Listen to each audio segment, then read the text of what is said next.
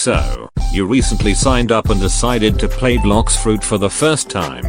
Well, I'm going to show you all the fastest methods that you can follow in order to reach max level in the fastest way possible in bloxfruit. So let's begin. And don't forget to use star code Stanjee when buying Robux, and don't forget to subscribe and support the channel if you find this video helpful.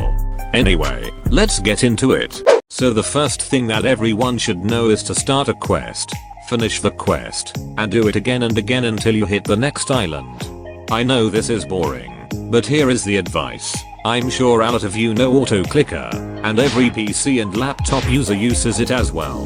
I also have one more thing that I secretly use as well. Macros. Yes, these are the two buttons that exist in your mouse if they are applicable, and not all mouse support them. You will need a gaming mouse like Razer or Logitech to work, but if you're on a budget, like cheap one, then I recommend getting Redragon. They are basically a company that sells very cheap gaming accessories, and lucky for them, they also have their own software where you can modify your mouse. You can look them up on YouTube if you want to know how to set them up, because I don't know exactly what mouse you are using. But just make sure they have supported software to modify it. The benefit of having macro is that it reduces hand and arm strain over putting your hands on the key too much. If you encode the Q key on your macro, then you don't need to intensively spam the Q key until your finger becomes dead. Up next is to avoid doing normal quests and just do the boss quest. The reason for this is that the normal NPCs are hard to kill, they are strong, and they take a long time, despite the reward you get between the level differences. However, with bosses, you can server hop them and do as much as you want. This is only recommended to be done in the first sea. For other seas, well, you should stick to doing some normal quests and some boss quests, as it depends on the distance between the quest taker and the boss location. Here is an example of how the boss quest compares to the normal quest. Once again, ignore the reward difference, and you can tell that it is not easy and a waste of time, especially when you are using your double experience code, which is what I will be explaining next. Some boss quests require hard skills, which I would suggest you skip unless you're using the Buddha fruit. An example is the Thunder God, also known as Enel, which is a challenging boss, and if you die from him, you will spawn very far from him, and as soon as you reach him, his health is already recharged.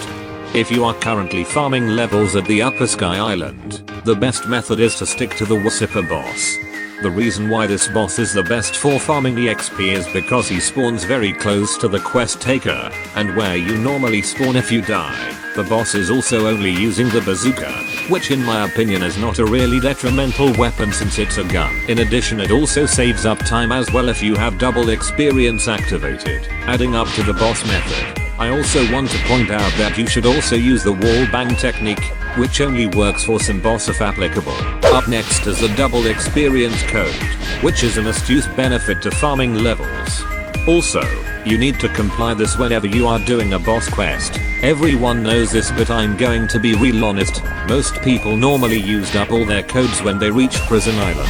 This is because they are doing it in a casual way, which is farming from NPC to NPC to island, which is very time consuming, and if you follow the method I used in the first sea, which is to server hop bosses, you can guarantee that you will be able to last to the double experience codes until you reach the second sea. Adding to that, you can also collect double experience points from collecting black chests. It is still ongoing from now on, but perhaps when the next update is out, this feature will no longer exist, so make sure you make the best of it before it's too late. Tip 4. Always check the distance between the boss and the quest taker spawn. I'm using the fruit, so that's why it's a bit faster to me reach to boss location.